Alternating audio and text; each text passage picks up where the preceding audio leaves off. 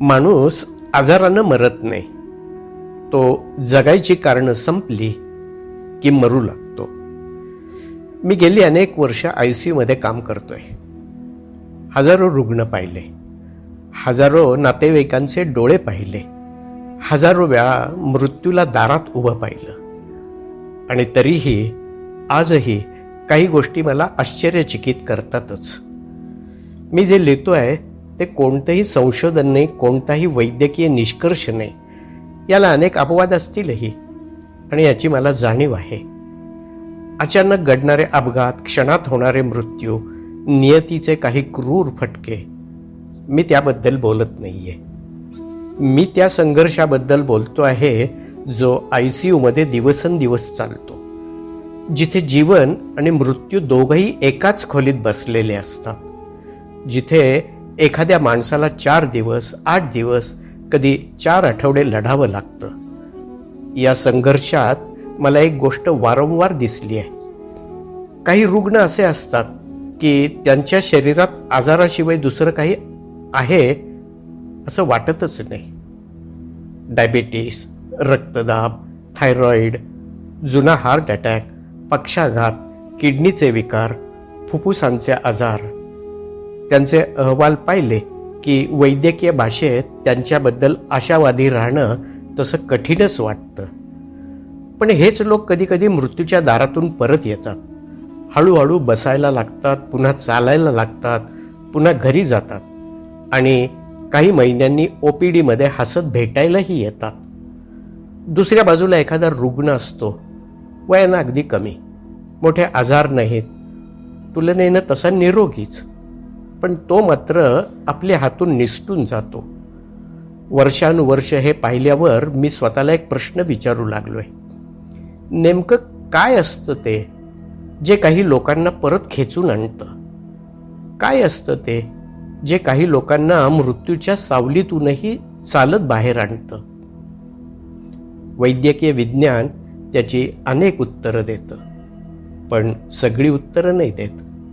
आणि कालांतरानं मला एक गोष्ट जाणवू लागली. कदाचित माणूस किती आजारी आहे हे नेहमी महत्त्वाचं नसतंच. कधी कधी त्याला अजून किती जगायचं हे जास्त महत्त्वाचं असतं. त्याला अजून मुलांचं लग्न बघायचं असतं, मुलीचा संसार उभा राहिलेला पाहायचा असतो, नातवाला मोठं होताना पाहायचं असतं, कर्ज फेडायचं असतं, घर बांधायचं असतं, एखादं स्वप्न पूर्ण करायचं असतं, किंवा फक्त घरी परत जाऊन आपल्या माणसांमध्ये पुन्हा बसायचं असतं, हसायचं असतं. व्हेंटिलेटरवर पडलेले अनेक रुग्ण मला आजही आठवतात. त्यांच्या शरीरात शक्तीच उरलेली नसते, पण त्यांच्या डोळ्यात भविष्य उरलेलं असतं. आणि मला वाटतं त्या भविष्याची ओढच त्यांना परत आणत असते. ICU मध्ये मशीन हृदयाचे ठोके मोजतं, ऑक्सिजन मोजतं, रक्तदाब मोजतं. शरीरातल्या जवळजवळ प्रत्येक गोष्टीचं मोजमाप करतात. पण एक गोष्ट मोजण्यासाठी अजून कोणतंही मशीन तयार झालेलं नाहीये. या माणसाकडे अजून किती जगण्याची कारणं उरली आहेत हा प्रश्न मोजणारं मशीन निदान मला तरी माहीत नाही. कदाचित हीच ती संख्या आहे जी सर्वात महत्त्वाची असते. मी अनेक वृद्ध जोडपी पाहिली आहेत, 50-60 वर्षे एकत्र जगलेली. त्यापैकी एक व्यक्ती गेल्यानंतर दुसरी फार काळ जगत नाही. कदाचित त्याला वैद्यकीय स्पष्टीकरण असेलही, पण एक डॉक्टर म्हणून अनेकदा मला असं वाटतं की त्यांच्या आयुष्याचा अर्थच हरवलेला असतो.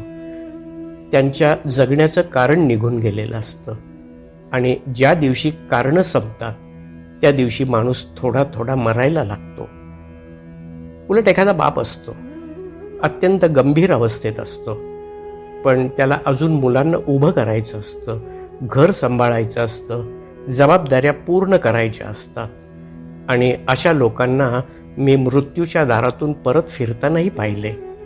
म्हणून आज इतकी वर्ष ICU मध्ये उभं राहिल्यानंतर जर कोणी मला विचारलं की जीवनाबद्दल सर्वात मोठा धडा कोणता असेल, तर मी एवढंच सांगेन, माणूस फक्त श्वासांवर जगत नाही, तो फक्त हृदयाच्या ठोक्यांवर जगत नाही, तो फक्त औषधावरही जगत नाही.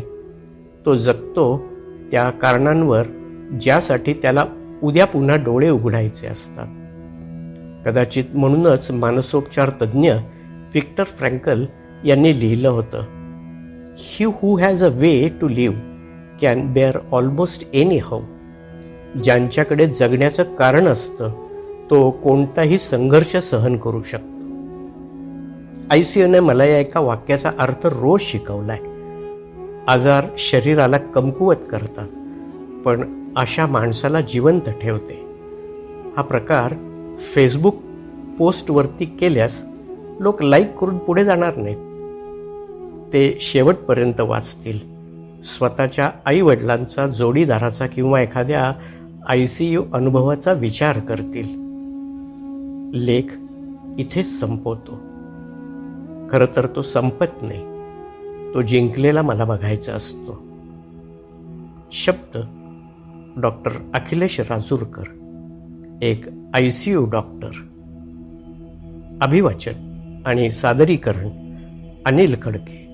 Mobile number 9822004242.